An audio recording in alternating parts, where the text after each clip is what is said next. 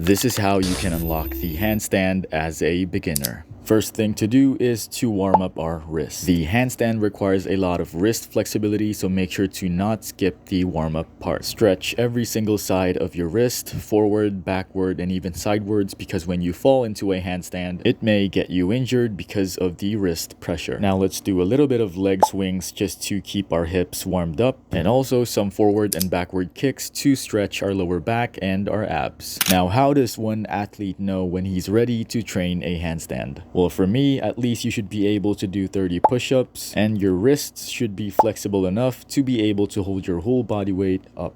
Now, if you're still not comfortable being upside down, definitely do the behind the wall handstand holds. And again, it doesn't have to be holds at first, just try lifting your body weight at first and try getting comfortable being upside down. Now, when you get comfortable with the holds, you should definitely try lifting one leg up to the wall and then lifting the other leg up, simultaneously switching legs. This will help you get the feel of what balancing on a handstand feels like and will get you very comfortable being upside down. Now again, if you guys are training with a partner or with friends, you can definitely try assisting them up for a safe practice. Your arms and hands are going to be acting as a wall, guiding your partner's balance so he doesn't fall backwards. When it comes to bailing the handstand so you don't fall backwards directly, you can definitely try doing the side bail, which is what AJ is doing in this video. Doing a bail is really easy. You just shift your whole body weight to the dominant side of your arm, and then you kind of do an awkward cartwheel, if that makes sense. But again, the handstand requires a lot of practice, so make sure to practice a lot, especially with the behind the wall progressions. That way you can find your balance and slowly release your legs simultaneously one by one until you can release both and hold the handstand while assisted with the wall. For training the handstand, you can definitely attempt this every single day if you're not sore or if you don't have any wrist pain.